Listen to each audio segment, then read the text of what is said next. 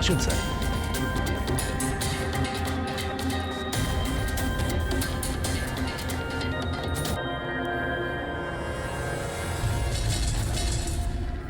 ওর মুখটা আর হাতটা তো একদম পুড়ে গেছে। ওরার কোনো চিহ্ন তো এই রুমে আর দেখতেই পাচ্ছি না। দেখে তো মনে হচ্ছে যে অ্যাসিড অ্যাটাক হয়েছে। হ্যাঁ দয়া, অ্যাসিড কি হয়েছে? কিন্তু স্যার কোথাও তো পড়তো, জামা কাপড়ে বা নিচে কোনো অ্যাসিডের চিহ্নই তো নেই। সেটা তো ঠিক। স্যার স্যার ইনি বাথরুম পড়ে আছেন, মানে স্নান করে বেরিয়েছেন, আর স্নান করার পর উনি এই ক্রিমটা এক লাগিয়েছিল। মিনিট, ওই ক্রিমটায় হাত দেবে না, ওই ক্রিমটাকে চেক করতে হবে।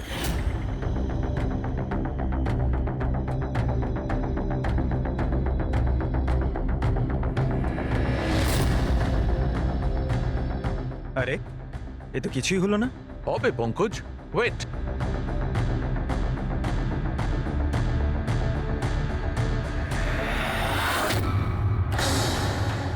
আরে স্যার, এটা তো দেখলে, এটাতে এমন অ্যাসিড মেশানো হয়েছিল যেটা সঙ্গে সঙ্গে কাজ করে না, 2-3 মিনিট বাদে কাজ শুরু করে। আর যখন কাজ শুরু করে তখন এরকম ভয়ঙ্কর ভাবে কাজ করে। স্যার তার মানে স্নান করার পর উনি এই ক্রিমটা লাগিয়েছেন, আর সেটার এফেক্ট কিছুক্ষণ পরে হয়েছে। একদম ঠিক। কেউ আসলে একে মারবার জন্যে এর নিজের যে ক্রিম ছিল সেটা এই ক্রিমটার সঙ্গে বদলে দিয়েছে। এটা এটা কি বলছেন আপনারা? কি কি ব্যাপার? আপনি মনে হচ্ছে একটু বেশি ঘাবড়ে গেছেন। হ্যাঁ, কি জানেন আপনি এদের ব্যাপারে?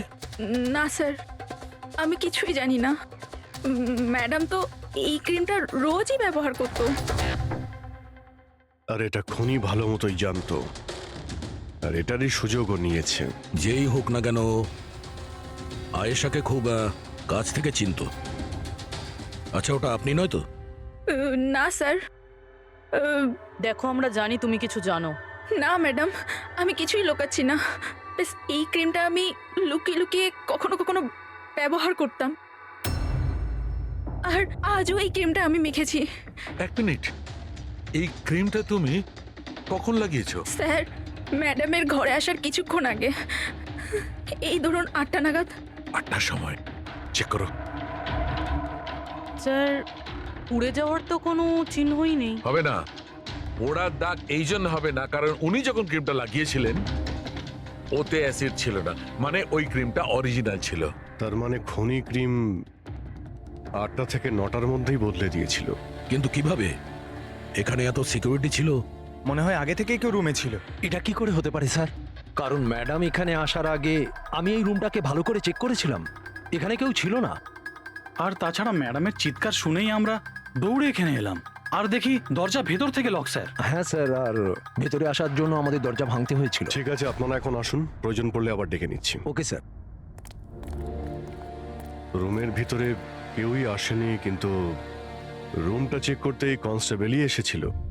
পুরোবি একটা কাজ করো, এদের সবার ব্যাকগ্রাউন্ড চেক করো। ততক্ষণে আমরা জানার চেষ্টা করি যে ব্যাপারটা কি। এত মিডিয়া, সিবিআই এর কেস, এতগুলো সিকিউরিটি, কি কারণে? অ্যাকচুয়ালি আয়েশা খুব বড় খেলোয়াড় ছিল, লাইক এজেন্ট। যে ধরনের এজেন্ট দুটো পার্টির মধ্যে ডিল করিয়ে মাঝখান থেকে ভালো কমিশন নিয়ে সরে যায়, শুধু এটা ধরে নিন যে আয়েশাও এই ধরনেরই এজেন্ট ছিল, কিন্তু টপ লেভেলে। ওর সমস্ত ডিলগুলি লাখ আর কোটি টাকার উপরেই হতো, আর সব কটাই ছিল একেবারে বেআইনি। আমাদের কাছে এসব কিছুরই প্রমাণ ছিল, আমরা ওকে অ্যারেস্টও করেছিলাম। কিন্তু ও হঠাৎ করে রাজসাক্ষী হয়ে গেল। ও নিজের মুক্তির বিনিময়ে 3 জন বড় ব্যবসাদারের দুর্নীতির বিরুদ্ধে আমাদের হাতে সব প্রমাণগুলো দিত। আজ কোর্টে শুনানি ছিল, কিন্তু কাল রাতেই ওর মার্ডার হয়ে যায়। 3 জন বড় বিজনেসম্যান, এরা কারা? বিকি, রাহুল, কুমার। এই 3 জনের কাছেই পয়সা আর পাওয়ার যথেষ্ট আছে, যা খুশি করতে পারে। আর যে প্রমাণগুলো আয়েশার কাছে ছিল, আয়েশার কাছে কিছু টেপ ছিল, এই 3 জন বিজনেসম্যানের বেআইনি কাজের কিছু ভিডিও ফুটেজ।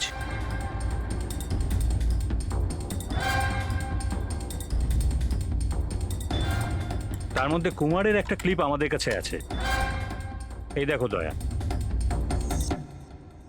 চিয়ার্স। টাকাটা কবে ট্রান্সফার করছেন মিস্টার কুমার? ব্যাস, যেই আমাদের কাছে গানস পৌঁছে যাবে আপনার অ্যাকাউন্টে টাকা পৌঁছে যাবে। সেসবের চিন্তা আপনি করবেন না মিস্টার কুমার, ওনাদের কাছে অস্ত্রের তো কোনো খামতিই নেই, এমনিতেই তো পড়ে পড়ে জংই ধরছে। হ্যাঁ, তাছাড়া পাওয়ারে থাকার তো এটাই সুবিধা, তাই না? যখন যেটা মন চায় করে না। আপনি শুধু এই কনসাইনমেন্টটা সম্পূর্ণ করে দিন, আমাদের তো একসঙ্গে অনেক কাজ করতে হবে, তাই না? একদম। আর এটা তো সবে শুরু। আমি যতদিন আছি আপনাদের দুজনকে কোনো চিন্তা করার দরকার নেই। এটা একটা স্যাম্পল দয়া, এটা থেকে কিছু প্রমাণ করা যাবে না। অবশ্য প্রমাণ হিসেবে আয়েশার কাছে দেওয়ার মতো অনেক কিছুই ছিল, কিন্তু ও আমাদের কিছুই দেয়নি। ও চেয়েছিল যে এই সমস্ত প্রমাণগুলো ও কোর্টের হাতে নিজেই দেবে। নিজের নিরাপত্তার বদলে ও আমাদের সামনে এই শর্ত রেখেছিল। বাকি টেপগুলো ছাড়া এই টেপ আমাদের কোনো কাজেই আসবে না। এই টেপ আপনার কাজের না হতে পারে, কিন্তু আমাদের কাজে লাগতে পারে। এই তিনজনকে বিরোতে ডাকার জন্য যথেষ্ট। যে লেভেল পর্যন্ত এরা পৌঁছেছে, এদের পক্ষে আয়েশার মার্ডার প্ল্যান করা খুব এক। ভিকি, কালকে কোথায় ছিলে? কাল একটা পার্টিতে ছিলাম। এগুলো ওই লোকগুলোর স্টেটমেন্ট আর সিগনেচার, যারা কাল রাত 9টা থেকে 3টে অবধি আমার ক্লায়েন্টের সাথে ছিল। টাইম তো আমরা জিজ্ঞাসা করিনি। দেখুন, আয়েশার মাথা খারাপ ছিল, ও এমনই মন গড়া গল্পগুলো শোনাতো যাতে ও শাস্তি থেকে বেঁচে যায়। That's it. আয়েশা আপনাকে ঠকিয়েছে, আপনার বিরুদ্ধে সিবিআই এর কাছে প্রমাণ দিয়েছে। রাগ হওয়াটা তো স্বাভাবিক। হ্যাঁ, ভেবেছিলেন খুন করে দেওয়া যাক ওকে? রাগ নয় স্যার, বরং আফসোস হলো ওর ওপর। কারণ ও চাইলেও কিছু করে উঠতে পারতো না স্যার, কারণ ওর করার মতো কিছুই ছিল না। এটা আমার ক্লায়েন্ট রাহুলের অ্যালিবাই। কাল রাত্রে ইনি কিন্তু নিজের বিজনেস পার্টনারদের সাথেই ছিলেন, এর মধ্যে সমস্ত ডিটেলস আছে।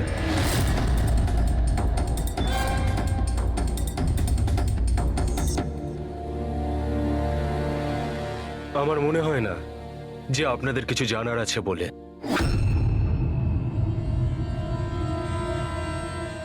আপনারা যেতে পারেন। ধন্যবাদ। মার্ডারের সময় আমার ক্লায়েন্ট ফ্যামিলি ফাংশনে বিজি ছিলেন, আর এই হচ্ছে তার প্রমাণ। মিস আয়েশার কাছে আপনার বিরুদ্ধে প্রমাণ ছিল মিস্টার কুমার। আর এমন প্রমাণ যা আপনাকে বরবাদ করে দেওয়ার জন্য যথেষ্ট। আয়েশা খুবই চালাক মেয়ে, ভালো হয়েছে মারা গেছে, নাহলে আমি ওকে মেরে ফেলতাম। মারতেন না মেরে ফেলেছেন? না স্যার, আমি ওকে মারিনি, কিন্তু ওই মানুষটাকে আমি নিশ্চয়ই থ্যাঙ্কস বলবো যে আমার মনের ইচ্ছেটাকে পূরণ করেছে। আপনি যেতে পারেন, তবে খুব তাড়াতাড়ি দেখা হবে। Thank you.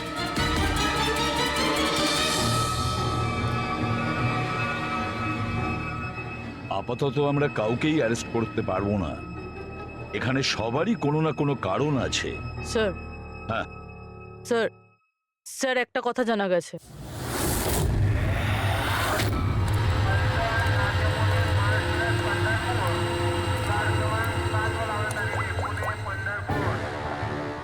হ্যালো, হ্যাঁ, সব কিছু তৈরি।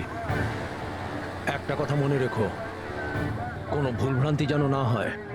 এই তো দাদা, চলে আসুন, বাস ছাড়বে, বাস ছাড়বে।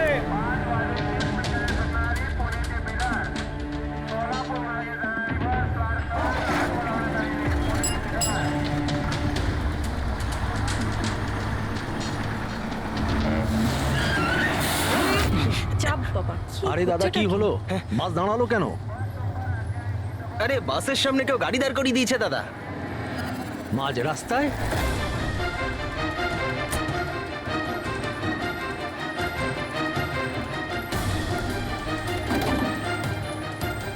স্যার, আপনারা এখানে? শহর ছাড়ার খুব তাড়া দেখছি তোর। হ্যাঁ, অনেক প্রশ্নের উত্তর দিতে হবে তোকে। চল চল। স্যার, আমি কি করেছি স্যার? স্যার, আমার কথাটা তো শুনুন স্যার। স্যার, আমাকে কেন ধরছেন স্যার? স্যার স্যার কি করছেন স্যার? আমাকে কেন ধরছেন? আমি তো ছুটি নিয়ে দেশে যাচ্ছি স্যার। তোর রেকর্ড আমরা চেক করেছি, তুই তো আমাদের বলিসনি। হ্যাঁ, যে আয়েশার আগে তুই মিস্টার কুমারের জেট সিকিউরিটিতে ছিলি। হ্যাঁ স্যার, ওটাই তো আমার কাজ। আর আপনি তো জানেন যে সরকার আমাদের যেখানে পাঠায় সেখানে যেতে হয়। তোমার মোবাইলে কুমারের কল একবার নয় 3 বার, আয়েশার মার্ডারের ঠিক আগে। এটাও একটা কাজ। আপনারা ঠিক বলেছেন স্যার। কুমার আমাকে কল করেছিল, ও আয়েশা ম্যাডামের সঙ্গে কথা বলতে চাইছিল, কিন্তু আমি বারণ করেছিলাম স্যার। ও আমাকে টাকার লোভও দেখিয়েছিল, কিন্তু আমি তবুও কথা বলাইনি। প্রথমে দুবার বারণ করেছিলি তুই, আর তারপর রাজি হয়ে গেলি তুই, হ্যাঁ? ম্যাডাম, এই কুমার স্যার আবার ফোন করছেন। হ্যাঁ, আমাকে কোনো বিপদের ব্যাপারে বলতে চাইছে। ফোনটা দাও। এই নিন। হ্যাঁ বলো। আমি জানতে পারলাম তুমি আমার জন্য চিন্তা করছো, কোনো বিপদ থেকে আমাকে উদ্ধার করতে চাইছো। How strange. আমি বলে দিচ্ছি, আমি তোমাকে খুব ভালো মতো চিনি। আর এই সমস্ত কার্যকলাপ না তুমি অন্য কারোর সাথে করো। আর এমনিতেও যদি আমি জেলে যাই, এই টাকাগুলো নিয়ে আমি কি করব? আচার দেবো? এই টাকাটা না তুমি তোমার কাছেই রাখো, এটা তোমারই সাহায্যে লাগবে। কোনো দরকার নেই এই ফোনটা আমাকে দেওয়ার। আমার সাথে গেম খেলার চেষ্টা করে যাচ্ছে, আর তুমি ওকে সাহায্য করছো। আমি কোথায় ম্যাডাম? আপনাকে সাহায্য করছিলাম তো। ঠিক আছে থাক, শুধু এইটুকুনি জেনে রেখো, তুমি যদি ওকে সাহায্য করো না, রক্ষা পাবে না। আমি সিবিআই কে বলে দেবো, যদি আমার কিছু হয় তাহলে সবার প্রথমে তোমাকেই অ্যারেস্ট করবে। তুই গেছিলি না আয়েশার ঘরে ঠিক ও রুমে ঢোকার আগে? ওর বিউটি ক্রিমটাকে অ্যাসিড ক্রিমে বদলাতে খুব বেশি সময় লাগেনি নিশ্চয়ই, তাই না? এ আপনি কি বলছেন স্যার? আমার কথা বিশ্বাস করুন, আমি সত্যি বলছি। যদি তুই সত্যি কথাও বলিস না, তাহলেও এই কেস যতক্ষণ না সলভ হচ্ছে তুই আমাদের হেফাজতে থাকবি, বুঝলি? এখন চল, নিয়ে চল ওকে, চল চল। আরে স্যার স্যার স্যার আমি কিছু করিনি স্যার, ছেড়ে দিন স্যার, প্লিজ স্যার। হ্যাঁ পুরবি, বলো। স্যার, ওই ফুটেজটা যেটা ও সিবিআই কে পাঠিয়েছে, সেটা ওই ঘর থেকেই শুট করা হয়েছে যেখানে ওর খুন হয়েছিল। তার মানে আয়েশার বেডরুমে? হ্যাঁ স্যার, ওরই বেডরুমে। আসলে এই ফুটেজটা 1 বছর আগের, ফার্নিচার বদলানো হয়েছিল, তাই বোঝা যাচ্ছিল না। Are you sure? স্যার 100%, এটা সেই ঘরটাই। হ্যাঁ, একটা ভাইটাল ইনফরমেশন দিলে Purabi. Thank you so much. Purabi বলল যে আয়েশা মিনিস্টার আর মিস্টার কুমারের স্টিংটা ওই রুমেই করেছে। আর যদি এটাই হয়, ক্যামেরা ওই ঘরেই কোথাও লুকানো আছে, তার মানে ক্যামেরা এখনো ওখানেই আছে।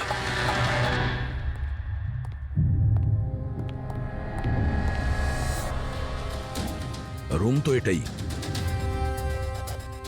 আর এই হলো জানালা। ফুটেজে জানালা রয়েছে, তার মানে এই ফুটেজটা এই দিক থেকেই তোলা হয়েছে। স্যার, ফুটেজ অনুযায়ী তো ক্যামেরা এখানে থাকা উচিত। না ভাই, এতটা হাইটে না, ক্যামেরা আই লেভেলে ছিল, আর সেই হিসেব অনুযায়ী এইখানেই কোথাও হওয়া উচিত। আচ্ছা, ওই আয়নার ভিতরে নেই তো? আরে ওই যে আয়নাগুলো থাকে না, যার একদিকে দেখা যায় আর একদিকে দেখা যায় না। ভাই তাহলে তো জানতেই পারা যাবে। কি করে স্যার? তুমি ওই ফিঙ্গার নেল টেস্টের কথা শোনোনি? যে কোনো অচেনা জায়গাতে বা ট্রায়াল রুমে ড্রেস চেঞ্জ করার আগে এই টেস্ট করে নেওয়া উচিত, ফিঙ্গার নেল টেস্ট।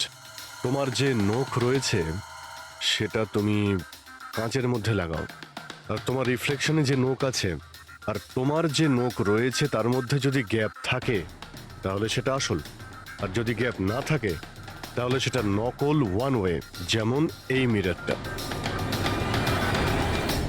এটা one way mirror.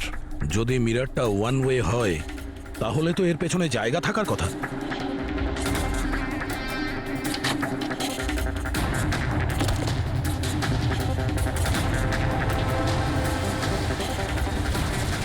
Abhijit,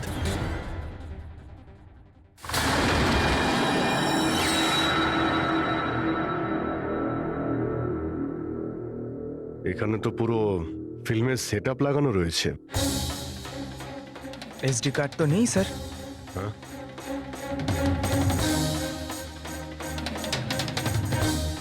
locker খালি। স্যার মনে হয় টেপটা এখানেই রাখতো। এই জায়গা থেকেও বড় বড় লোকের কেলেঙ্কারি রেকর্ড করেছে, আর এই জায়গায় ব্যবহার করে খুনি ওকে খুন করে দিয়েছে। হতে পারে এই ওয়ান ওয়ে মিরর দিয়ে ওকে ছটপট করে মরতে দেখেছে ও। স্যার, তার মানে আমরা যখন ওখানে লাশের সঙ্গে ছিলাম তখনও এখানে ছিল, আর আমাদের যাওয়ার পরে সুযোগ বুঝেও এখান থেকে পালিয়ে গেছে। তার মানে আয়েশা আর পুলিশের অনুপস্থিতিতে লোকটা বাড়িতে ঢুকেছিল হয়তো বাড়ির পিছন থেকে।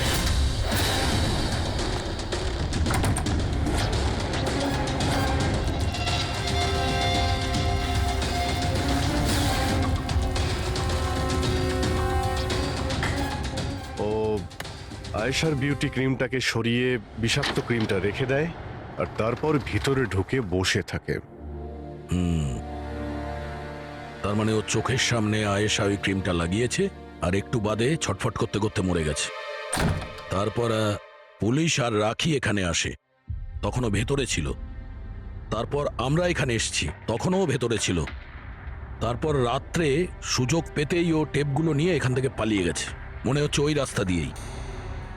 কিন্তু স্যার মেইন গেটে তো পুলিশ দাঁড়িয়ে ছিল, ও মনে হয় পেছন থেকেই পালিয়েছে। এমন তো কিছু নয় স্যার, কিন্তু হ্যাঁ স্যার, প্রায় ধরুন মাঝরাতের দিকে গাড়ির চাকার এরকমই একটা আওয়াজ শুনতে পেয়েছিলাম। শব্দটা কোথা থেকে হয়েছিল মনে আছে তোমার? এই তো স্যার, এই পেছনের দিক থেকে, কিন্তু একবারই পেয়েছিলাম স্যার, আর দ্বিতীয়বার শুনিনি স্যার। ঠিক আছে, থ্যাংক ইউ।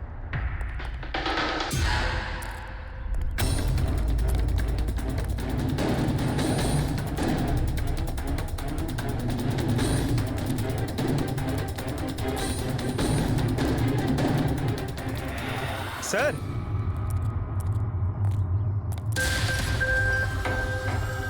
স্যার টায়ারের ঘষার চিহ্ন তো রয়েছে এখানে, এ দেখতে পাচ্ছ এখানে এই তেল আর জল পড়ে আছে। মনে হচ্ছে এসি চালিয়ে গাড়ি এখানে অনেকক্ষণ দাঁড়িয়েছিল। আর তারপর গাড়ি এখান থেকে বেরিয়ে গেছে। ওই কনস্টেবল এই গাড়িরই টায়ারের আওয়াজ শুনেছিল। যদি গাড়িটা এখানে অপেক্ষা করেই থাকে তাহলে হঠাৎ এমন কি হলো যে তাড়াহুড়ো করে চলে গেল?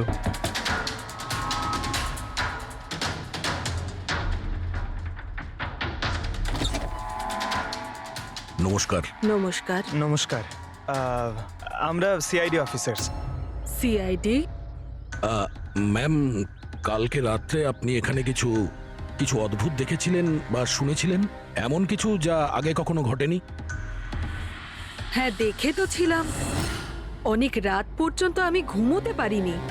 আর রাতে আমি দেখলাম বাড়ির সামনে একটা বড় গাড়ি পার্ক করা আছে, কিন্তু ওটা আমাদের সোসাইটির কারণ নয়। অনেক রাত পর্যন্ত গাড়িটা কিন্তু ওখানেই ছিল। কোন গাড়ি ছিল আপনার মনে আছে কিছু? দেখুন, গাড়ির ব্যাপারে তো আমি বিশেষ কিছু তো জানি না, কিন্তু ওটা HX9 ছিল, কারণ আমার ছেলের কাছেও ওই একই গাড়ি আছে। I see. আরো একটা কথা, যতক্ষণ ওই গাড়িটা ওখানে দাঁড়িয়ে ছিল না, গাড়ির ইঞ্জিনটা চালুই ছিল আর ভিতরে একজন বসেও ছিল। আমি এটা দেখছিলাম আর তখনই ওখানে কাউকে একটা আসতে দেখলাম, আমাদের আয়েশার বাড়ির দিক থেকে। ওর হাতে কিন্তু একটা ব্যাগও ছিল। আরে এই যে, কে ওখানে? গাড়িটা তো চলে গেল, কিন্তু এটা বুঝতে পারলাম না যে ওরা কারা ছিল, কেন এসেছিল, আর ওরা আয়েশার বাড়িতেই বা কি করছিল। Thank you ma'am, thank you very much. Thank you. Sir, তার মানে খুনির সঙ্গে আর একটা লোক ছিল যে গাড়িতে বসে অপেক্ষা করছিল। লাখ টাকার গাড়ি ছিল। কি মনে হচ্ছে কে হতে পারে? সন্দেহের তালিকা এখন ওই তিনজনই রয়েছে। আরটিও থেকে খোঁজ নিয়ে দেখি এই গাড়িটা এই তিনজনের মধ্যে কার কাছে রয়েছে। স্যার, এই ধরনের দামি গাড়ি তিনজনের কাছে আছে। কি? হ্যাঁ স্যার, খুবই শৌখিন লোক, এক একজনের কাছে অনেক গাড়ি আছে। তাহলে এই তিনজনের মধ্যে ওই গাড়িটা কার আছে কি করে জানতে পারবো? তাও সিচুয়েশন অনুযায়ী খুনি এই তিনজনের মধ্যে কেউ মনে হচ্ছে। না স্যার, আমরা তিনজন এই খুনের ব্যাপারে কিচ্ছু জানি না। আপনারা এখানে কেন? স্যার, আয়েশা জীবনকালে তো আমাদের বাঁচা দুষ্কর করেই দিয়েছিল, এখন মরার পরেও আমাদের বাঁচা দুষ্কর করে দিচ্ছে। তার মানে স্যার, আয়সার খুনি ও আমাদের প্রত্যেককে ফোন করে 25 কোটি টাকা করে চেয়েছে, তাও আবার 24 ঘন্টার মধ্যে। আর হুমকি দিয়েছে আমরা যদি না দিই তাহলে ও আমাদের টেপ লিক করে দেবে। এর মানে হচ্ছে আমাদের মার্ডারের সঙ্গে কোনো সম্পর্ক নেই। ওই গলাটাকে চিনতে পেরেছেন? না স্যার, আমি চিনতে পারিনি। আপনারা শুনে নিন, আমি কলটা রেকর্ড করেছি। আয়েশাকে আমি খুন করেছি, আর ওই টেপসগুলো আমার কাছে আছে। ওই টেপসগুলোর মধ্যে যা প্রমাণ আছে তোমাদেরকে সারা জীবন জেলে রাখার জন্য যথেষ্ট। 24 ঘন্টার মধ্যে কেম্যান ল্যান্ড ব্যাংকের অ্যাকাউন্ট নাম্বার 23122-তে 25 কোটি টাকা জমা করে দিন, না হলে এই প্রমাণটা পুরো দুনিয়া দেখবে। তোমাদের কাছে 24 ঘন্টা আছে, ভেবে নাও কি করবে।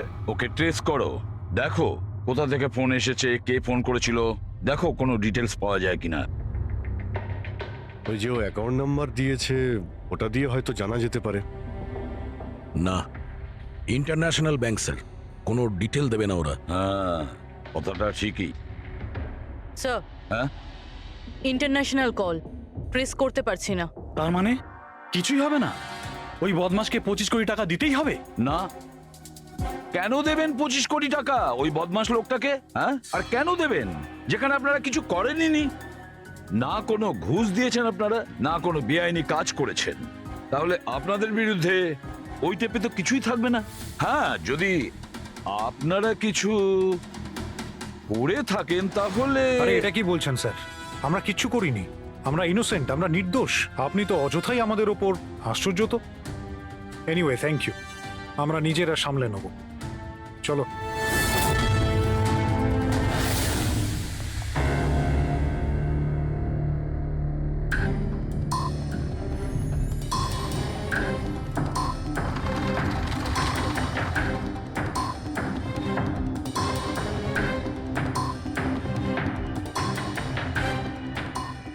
সারিকা, এই রুমটাকে খুব ভালো করে চেক করতে হবে। খনি এখানে ঘন্টার পর ঘন্টা ছিল, তার মানে এখানে কোনো না কোনো জিনিস নিশ্চয়ই পাবো আমরা, যেটা দিয়ে ওর ডিএনএ টেস্ট করা সম্ভব।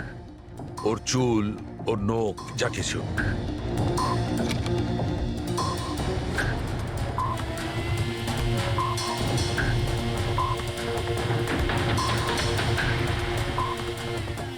এক মিনিট সারিকা, হ্যাঁ, একটা ফোর্সেপ দাও।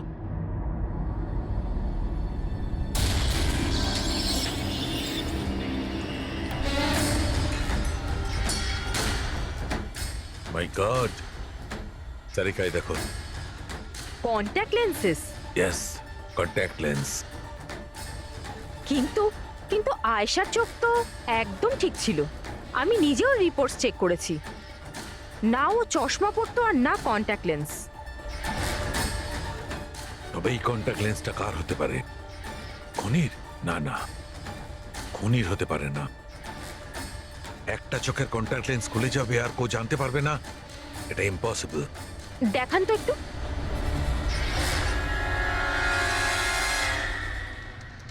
বেশ হাই পাওয়ারের লেন্স। High power lens? কিছু তো আছে এই রুমে। একে তো এই ঘরটা চারিদিক থেকে বন্ধ, কোনো জানলা নেই, কোনো ভেন্টিলেটর নেই। হ্যাঁ? ও ওহো, কি হয়েছে? সারিকা, তুমি জানো তো ওই কালার স্টেন কেমিক্যাল বানানো হয় যা দিয়ে ঘাম টেস্ট করা যায়? হ্যাঁ জানি। গুড, এক কাজ করো, তুমি কালার স্টেন কেমিক্যাল বানাও। খনি এখানে এই ঘরের মধ্যে ঘন্টার পর ঘন্টা ছিল, আর আমাদের অল্প সময়ের মধ্যে এত ঘাম হয়ে গেল। খনির তো খুব ঘাম হয়েছিল। ইয়েস, এই ঘামটাকে চেক করব, তার থেকে জানা যাবে যে খনি কোথায় ছিল, দাঁড়িয়ে ছিল না বসে ছিল না কিভাবে ছিল, সব কিছু। ওই র্যানসাম কলের কোনো মানেই হয় না, ওই কল বোগাস হতে পারে। হ্যাঁ স্যার, কারণটা আমাদের কেস থেকে সরানোর জন্য আর টাকা কামানোর জন্য। এই তিনজনের মধ্যে কেউ আয়েশাকে খুন করে আর ওই টেপটাকে চুরি করে, আর সে বাকি দুজনকে কল করে ব্ল্যাকমেল করছে। কিন্তু স্যার, সে কে? স্যার, আমার তো মনে হয় কুমার হতে পারে। ও ভীষণ রকচটা, যে কারো খুন করতে পারে। আর ওই বাকি দুজন, ওরাও কম যায় না স্যার। এই তিনজনের যেমন পয়সাও আছে তেমন ক্ষমতাও আছে এদের। খুনি এই তিনজনের মধ্যেই কেউ হবে স্যার। আর খুনির একজন সঙ্গীও আছে, যে ওই বাইরে গাড়িতে বসে খুনির জন্য অপেক্ষা করছিল। হ্যাঁ, হবে তো এই তিনজনের মধ্যেই কেউ, আর এমন একজন যে আয়েশাকে খুব কাছ থেকে চিনতো। এক্স্যাক্টলি, সেজন্য ও জানতো যে আয়নার পেছনেও আরো একটা রুম আছে, আর আয়েশা কোন ক্রিম ব্যবহার করতো সেটাও ও জানতো। স্যার, এর মানে ওই গোপন জায়গার ব্যাপারে খুনি ছাড়া আর কেউ কিছু জানতো না। এক্স্যাক্টলি। তাহলে স্যার তাহলে আবার কি করবে দয়া? ধরে ফেলো ওদের। ওদের প্ল্যানিং এই ওদেরকে ফাঁসাতে হবে।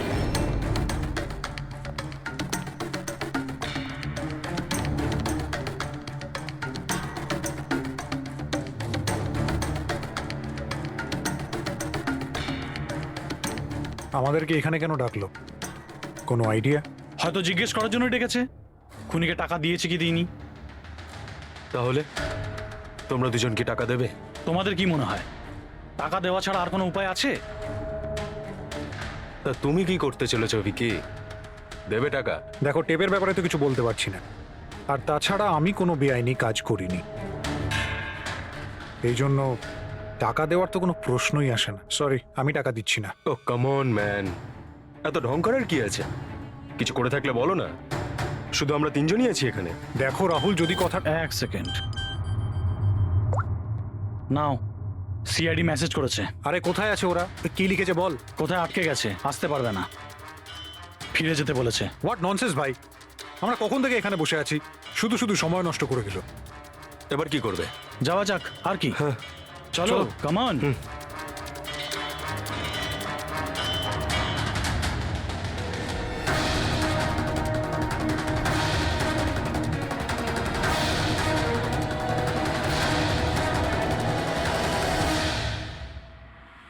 এই সে।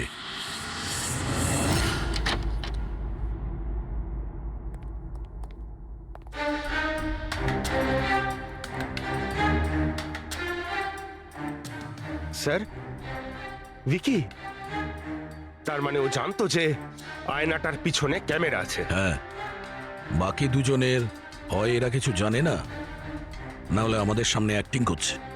স্যার, আমার তো এই বিকিকে সন্দেহ হচ্ছে। এবার কি করব? নজর রাখা যাক এর ওপর, কোনো না কোনো ভুল নিশ্চয়ই করবে। হ্যাঁ সারিকা, কালাস্টেন কেমিক্যাল রেডি। ঠিক আছে, চলো।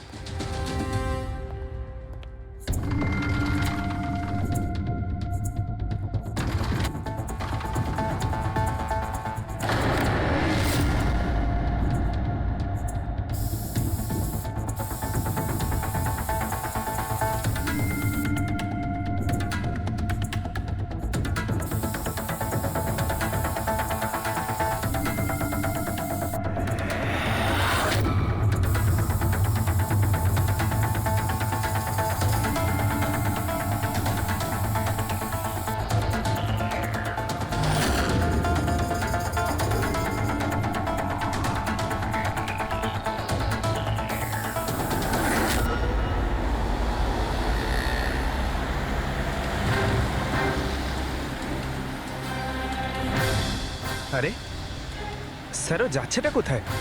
আরে কোথায় আর যাবে পঙ্কজ, বন্ধুদের সাথেই দেখা করতে যাচ্ছে, আবার কি?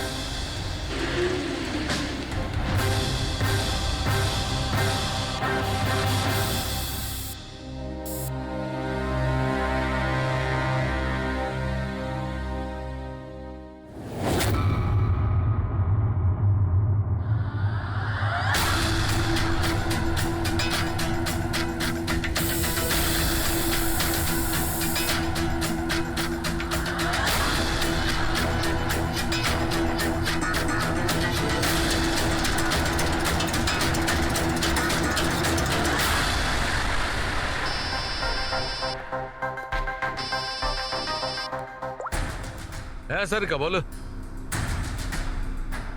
গুড, কিছু পেলে? মেঝেতে? মেঝেতে শুয়েছিল? মেঝেতে কেন? ওকে ওকে, ঠিক আছে সারিকা, আমি তোমাকে পরে ফোন করছি, বাই।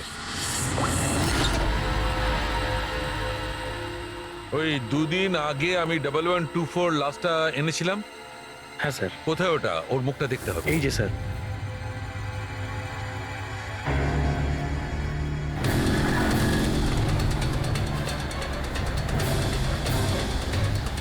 এই জানতে পারেনি তো যে আমরা ওকে ফলো করছি?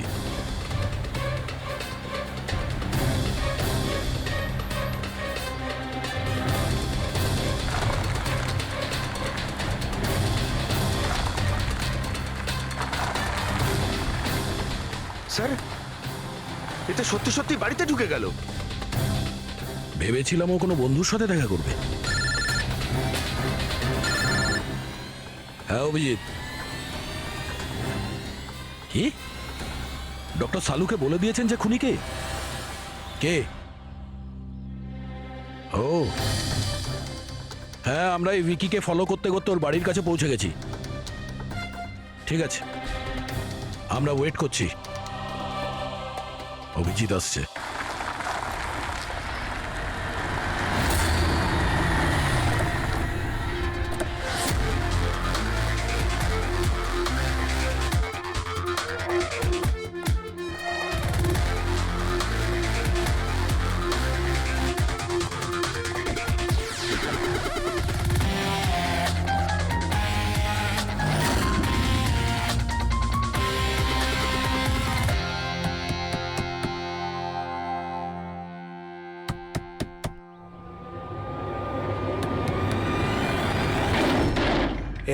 এক মিনিট, এটা কি করছেন আপনারা? আরে এটা কোনো ভদ্রতা হলো কারো বাড়ির ভিতরে ঢোকা? একদম বাজে কথা বলবে না।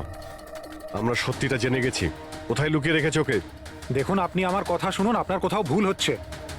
আমি কিচ্ছু করিনি। আমি না আয়েশাকে খুন করেছি আর না এখানে কাউকে লুকিয়ে রেখেছি। আমরা কখন বললাম যে তুমি আয়েশার খুন করেছো? হ্যাঁ, একেই বলে চোরের নজর বোচকার দিকে। দেখুন, আমার কথাটা বোঝার চেষ্টা করুন। আপনারা আমার কথাটা শুনুন। আপনারা আমার কথা কেন শুনছেন না? হ্যালো, আপনারা এইভাবে ভিতরে ঢুকতে পারেন না।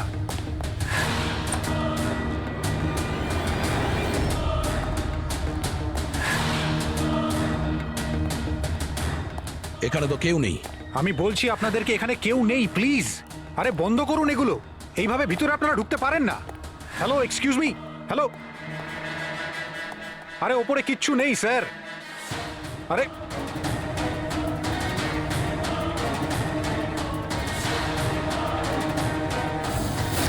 প্লিজ দেখুন, এখানে কিচ্ছু নেই, কেউ নেই এখানে।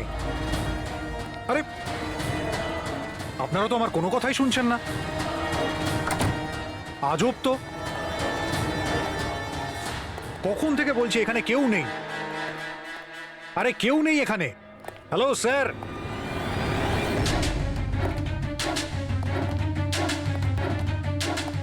দেখুন আমার কথাটা শুনুন প্লিজ। শুনুন, দেখুন দেখুন, আমি আপনাকে বলছি আমি আয়েশাকে খুন করিনি। প্লিজ আমার কথাটা বোঝার চেষ্টা করুন। আমি সত্যি বলছি। আমরা জানি যে তুমি আয়েশাকে খুন করনি। তাহলে আপনারা এখানে কি খুঁজছেন? 1 মিনিট, সব জানতে পারবে।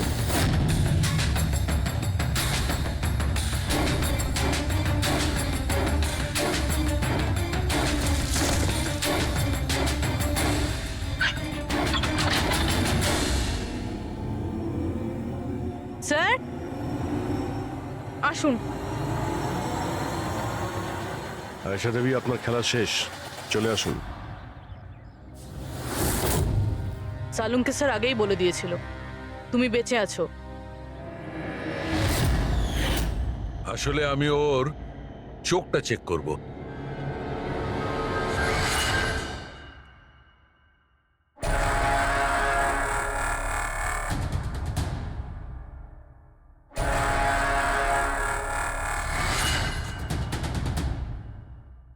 আমি যেটা ভেবেছিলাম সেটাই ঠিক।